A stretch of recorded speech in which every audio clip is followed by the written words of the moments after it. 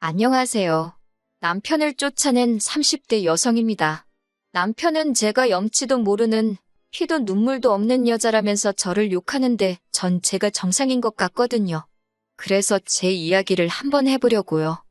저는 서울에서 차로 3시간 넘게 걸리는 지방에서 나고 자랐고 저희 부모님은 농사로 생계를 이어가시는 분들이었습니다. 제가 일기론 어머님 나이가 40 가까이 될 때까지 아이가 생기지 않다가 기적적으로 저를 가지셨다대요. 문제는 저를 출산하신 이후로 어머니께서 건강이 안 좋아졌기에 원래도 넉넉지 못했던 집안 사정이 더 안 좋아졌다고요. 하지만 저희 부모님께선 당신들 능력이 닿는 선에선 저에게 최선을 다해주셨고 그래서 저도 더 앞바리처럼 열심히 살았네요.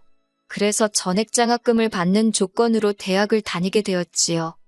하지만 등록금을 제외하더라도 서울에서 대학 생활을 시작하니 기숙사비부터 시작해서 정말 숨쉬는 거 하나하나가 다 돈이더라고요. 게다가 나중에 알게 된 게 기숙사가 오히려 근처 고시원보다 비싸더라고요. 그래서 1학년 2학기엔 바로 사는 곳을 고시원으로 옮겼네요. 사실 당시 이미 저희 부모님은 두 분 다 환갑에 가까운 나이셨기에 가능한 경제적인 부담은 드리고 싶지 않았거든요. 그래서 일주일에 과외만 4-5개를 하며 돈을 벌었어요. 정말이지 학교와 과외, 그게 제 생활의 전부였지요. 그렇게 살다가 대학교 3학년이 되었을 때 군대에서 전역한 지금의 남편으로부터 고백을 받았습니다. 연애는 생각해 본 적도 없었고 관심도 없었기에 단칼에 거절을 했지만 남편은 몇 번이고 저에게 들이대길 반복하대요. 10번 찍어 안 넘어가는 나무 없다더니 저도 그런 나무였던 모양입니다. 결국 끈질긴 남편에게 제가 마음의 문을 열었고 연인 사이가 되었거든요. 하지만 남편하고 어디 분위기 좋은데 식사를 하러 간다거나 같이 여행을 간다거나 그런 일은 없었어요. 말이 나와서 말이지만 이혼하게 된 마당에 지난 기억을 포장하고 싶진 않네요. 어떻게 들릴지 모르겠지만 제가 형편이 좋질 않았으니 남들 하는 평범한 연애엔 욕심도 없었어요. 어쩌다 정말 영화 한 편 보고 밥 한 끼 그것도 10,000원 안팎의 메뉴로 먹고 솔직히 전역한 대학생 남자가 돈이 있으면 얼마나 있었겠어요? 그래도 마음은 진심이려니 믿었기에 결단코 서운하거나 섭섭하다 생각해 본 적은 없습니다. 그리고 분명히 말해두지만 당연히 남편에게 돈을 빌려다 쓴다거나 구두나 가방처럼 삐까뻔쩍한 선물을 받은 적도 없어요. 그런 걸 원하거나 기대한 적도 없고요. 이후로 남편과 저는 같은 해에 졸업을 했고 저는 그때부터 더 치열하게 살아야만 했습니다. 남편은 바로 중소기업에 취직을 했지만 저는 은행에 입사하는 것이 목표였기 때문에 다른 회사들은 쳐다보지도 않았네요. 하지만 제가 첫 해에는 취업에 실패해서 이후로는 어쩔 수 없이 과외와 취업 준비를 병행해야만 했습니다. 이때도 남편에게 따로 경제적으로 도움을 받은 건 없어요. 남편은 그래도 하는 말이 데이트할 때는 자기가 다 비용을 부담했다 하는데 맹세컨대 끼니에 20,000원이 넘는 곳에 가본 적이 없었고 데이트라고 해봤자 제 공부 때문에 한 달에 한두 번 본 게 전부입니다. 그리고 저도 사람인데 남편에게 왜 미안한 마음이 없었겠어요. 혹시라도 좋은 사람이 생기면 언제든 떠나도 좋다고 했습니다. 가는 사람 붙잡고 오는 사람 다 받아줄 만큼 녹록한 인생이 아니었으니까요. 아무튼 1년간의 사투 끝에 결국 저는 제가 원하던 은행에 취업하게 되었습니다. 비로소 제 인생도 조금의 안정을 되찾는구나 싶었지요. 은행에 들어가고자 한 건 까놓고 말해서 제가 뭐 직업적 사명 그런 게 있던 건 아닙니다. 단순히 타 직종에 비해 연봉이 높았고 처우도 좋았기 때문이에요. 저는 월급의 70%를 저축할 만큼 예전처럼 알뜰하게 살았는데 남편은 이를 꽤나 서운해했어요. 하지만 지난 3년간 남편이 한결같이 제 옆에 있어준 건 사실이었고 얼마를 어떻게 썼건 간에 그 당시엔 남편도 그게 최선이었을 거라 생각하니 그 서운한 마음을 제가 받아줘야겠다 싶더군요. 그래서 제가 먹을 거 덜 먹고 살 거 덜 사가며 이따금씩 좋은 선물도 해주고 멋진 곳에서 식사도 사주고 그랬습니다. 반면 중소기업에 들어간 남편의 주머니 사정은 대학생 때에 비하면 나아지긴 했지만 저에 비하면 넉넉하진 않았지요. 그렇다 보니 남편이 준비하는 데이트는 솔직히 예전과 별반 달라진 게 없었어요. 저도 사람이고 사회생활을 하다 보니 그런 것들을 비교하지 않을래도 비교하게 되고 안 보려 해도 보게 되더라고요. 그래도 행여나 남편이 자존심 상해할까 싶어서 그런 부분에 있어서는 아무런 티도 내지 않았습니다. 저도 돈이 없었던 시절이 있었으니 얼마든지 이해하고 품어줄 수 있었어요. 그렇게 또 몇 년을 연애를 하다가 작년 초 마침내 부부의 연을 맺게 되었습니다. 친정부모님은 어느덧 칠순을 넘은 나이셨고 제가 생활비를 70만 원씩 보내드리고 있었네요. 그리고 저는 직장 생활을 하며 모은 돈으로 경매를 했는데 운 좋게 작은 상가를 낙찰받아 꽤나 쏠쏠한 부수입을 얻고 있었고요. 그런데 문제는 상견례 자리에서 이런 이야기들이 제 의사와는 상관없이 전부 다 오갔다는 거예요. 남사스럽긴 하지만 연로하신 저희 부모님께선 어느 상황이건 누굴 만나건 그렇게 제 자랑을 하세요. 이후로 상대방 입에서 딸을 너무 잘 키웠다는 소리가 나오길 기다리시지요. 그 소리를 듣는 게 저희 부모님에겐 기쁨이고 낙이라는 건 진작에 알고 있었습니다. 그래도 설마 상견례 자리에서도 그러실까 싶었는데 그 버릇을 어쩌지 못하시더라고요. 그리고 저희 친정부모님의 의도대로 어머님 아버님께서 어쩌면 딸을 이렇게 똑부러지게 키우셨냐며 제 칭찬을 해주시대요. 하지만 남편과 결혼식을 올리고 난 이후로 어머님께선 걸핏하면 제가 예상하지 못한 이야기를 하셨습니다. 처음에 들었던 황당한 말은 친정에 보내는 생활비 부분이었어요. 남편을 통해 말씀하시길 며느리도 자식이란 말이 있듯이 저에게는 시부모도 부모가 아니냐며 이제 어머님 아버님께도 친정에 보내는 것과 똑같은 액수를 보내달라셨다고요.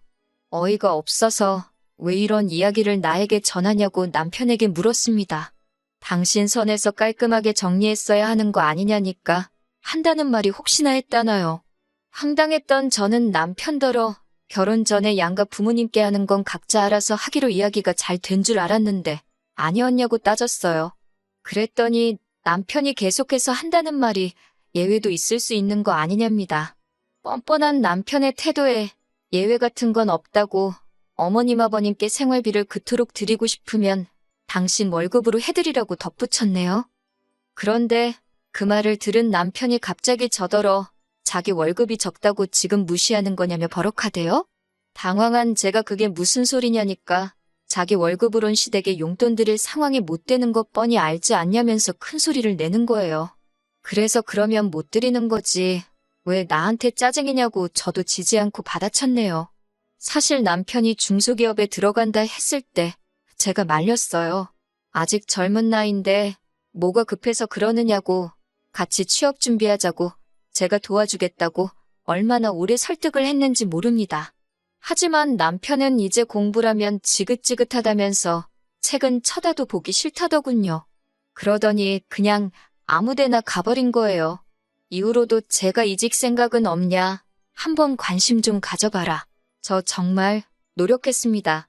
그런데 사람이 욕심이 안 난다는데 옆에서 제가 뭘 어떻게 해주겠어요. 이후로 제가 아무래도 은행에 있으니까 남편 돈 관리에도 도움을 주고 싶었어요. 그래서 좋은 상품이 나오면 알려주고 아무튼 제 딴에는 할 수 있는 배려는 다 했는데 그럴 때마다 걱정 말라고 자기가 알아서 잘하고 있다던 사람이 바로 제 남편이에요. 그런데 막상 결혼하자 이야기 나오고 집 알아보기 시작하니까 겨우 5천만 원 모았더라고요. 저는 남편의 2배가 넘게 있었고요. 게다가 연봉도 남편의 2배였으니 솔직히 이런 것만 보면 아마 모르는 사람은 그런데 뭐하러 결혼했냐. 네 팔자 네가 꼰 거다 할 겁니다. 그런데 제가 정말 돈이 없던 시절엔 그나마 떡볶이라도 돈가스라도 사줘가며 절 응원해준 사람이 남편이었잖아요. 그러니 당장 가진 게 얼마 없다고 헤어지자 할 순 없었네요. 결국 제가 모은 돈에 제가 대출을 받아서 집을 마련했고 남편은 자기가 모은 돈으로 저희가 같이 타고 다닐 거라며 차를 뽑대요. 집은 당연히 제 명의로 했는데 남편이 너무 서운하다 해서 차는 당신 명의로 하라 했습니다. 그랬더니 또 불공평하다고 어쩌고 저쩌고 그 일로 한번 크게 싸우면서 돈 관리는 각자 하자고 이야기가 된 거였어요. 명절이나 양가 경조사에 들어가는 돈도 알아서 하자고 말이 나왔고요.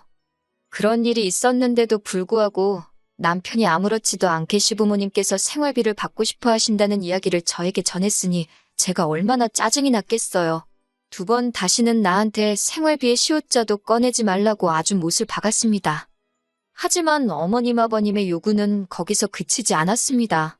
월말만 되면 상가 월세 들어오는 때 아니냐며 그렇게 외식을 하러 가자고 저를 조르셨어요.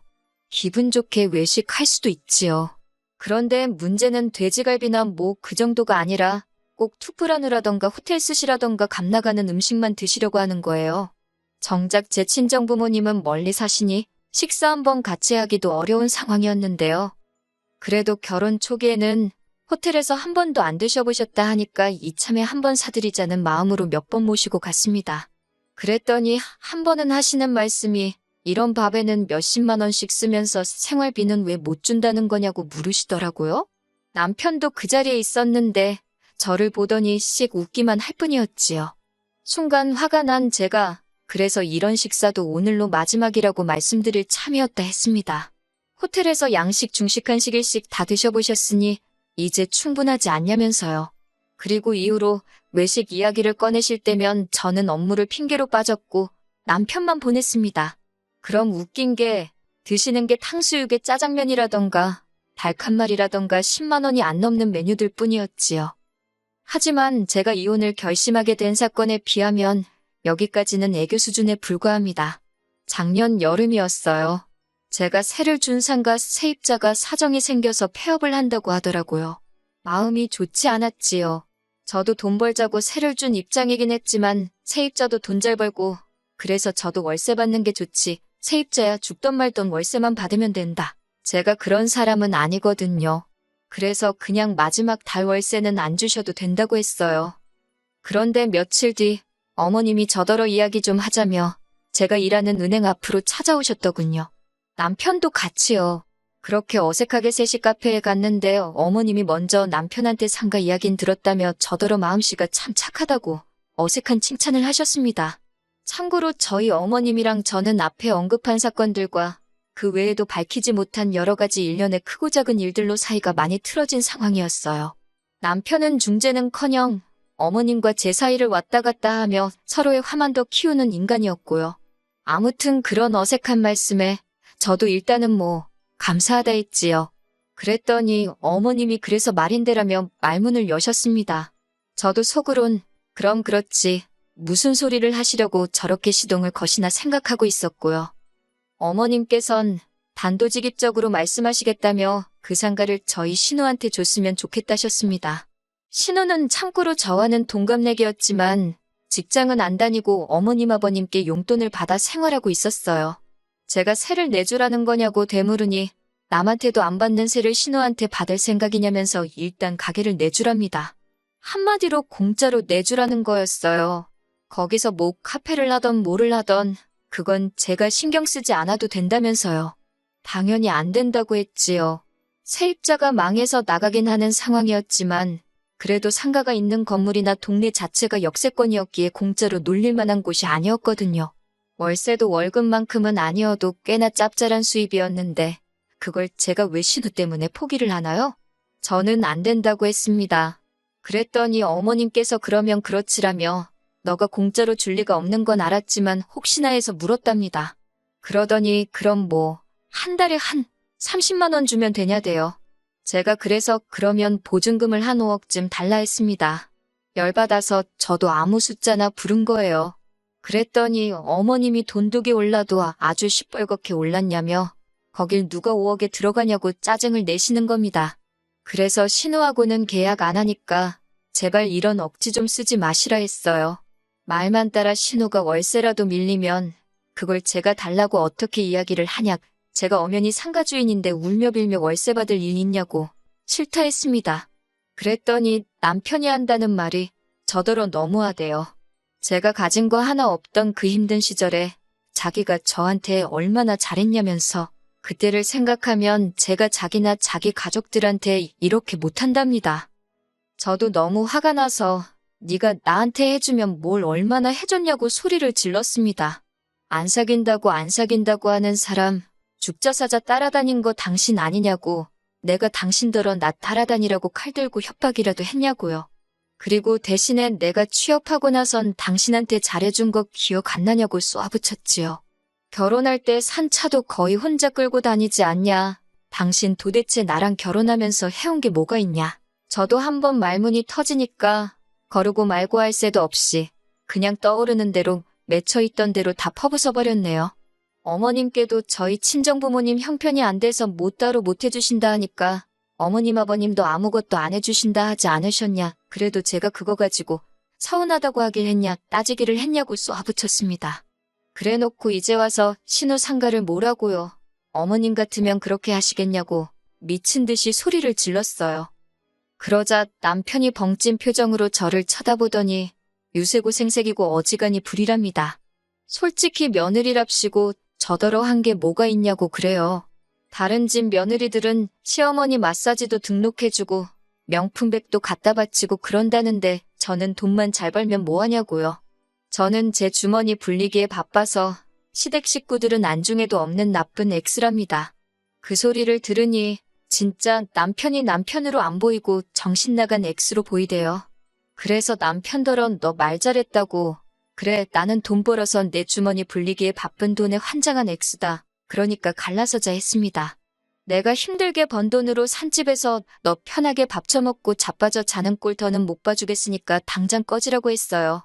온 동네 주인 없는 개들을 다 불러와서 거두는 일이 있어도 너는 내 집에 못 있는다고 나가라 했지요. 당장 오늘 내로 짐 정리 안 하면 경찰 부를 거라고도 했고요. 그놈의 혼인신고도 하러 가자고 할 때마다 피곤하네 어쩌네 요리조리 게으름만 피우더니 그땐 그게 그렇게 서운했는데 이때만큼은 아이고 감사합니다 싶더라니까요.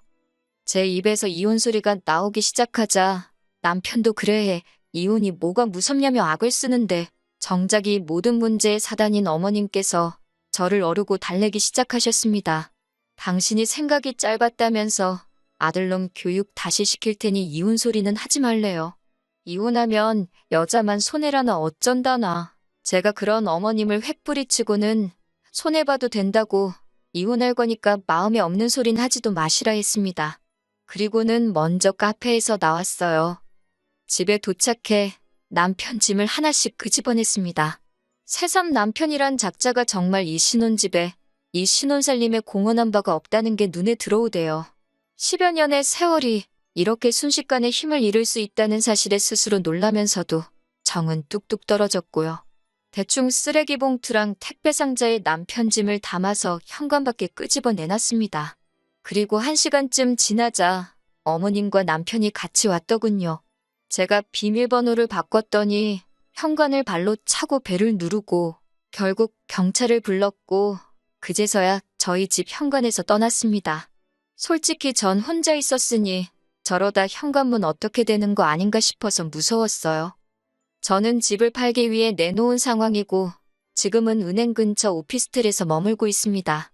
남편은 하루에 12번도 미안하다 했다가 저더러 나쁜 엑스라 했다가 솔직히 무서워요. 요새 제정신 아닌 전남편, 전남친들이 많잖아요. 당분간은 조심하고 다녀야겠다는 생각뿐이네요.